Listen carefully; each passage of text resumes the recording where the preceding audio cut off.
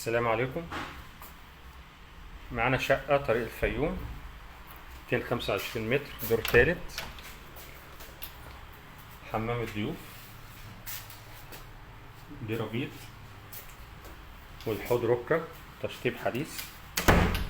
أول ما بندخل في طرقة توزيع كبيرة، على ايدينا اليمين المطبخ،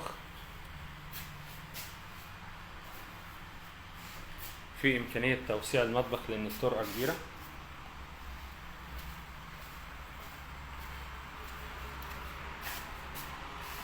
على ايدينا الشمال ريسبشن كبير 7 قطع.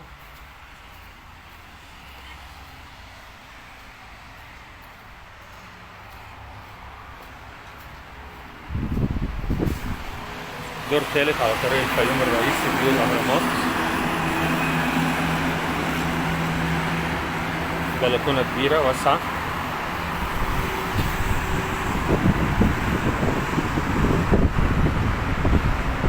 ممكن يتحط فيها مرجيحة أو كرسي كبير. الشقة كلها تشطيب حديث، أول يد ما اتسكنتش قبل كده.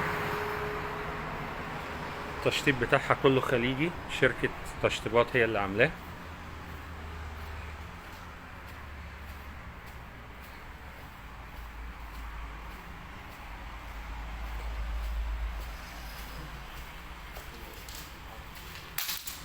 معانا الحجرة الأولانية 4x4، ده مدخل المطبخ. بعد الكراوات معانا حجرتين ويخدمهم حمام، حجرتين فيهم حجرة ماستر.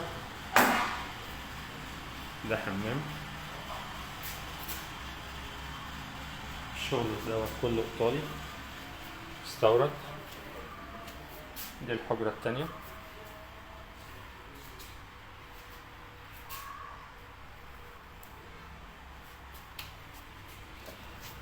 معانا الحجرة الماستر. كل الشبابيك بتبص على الواجهة، ريسبشن واجهة، وبقية الشبابيك كلها بتبص على الجار. مفيش الا الأوضة دي بس هي اللي بتبص على منور خاص محدش فيه غير الشقة. ده الحمام الماستر، حمام كبير.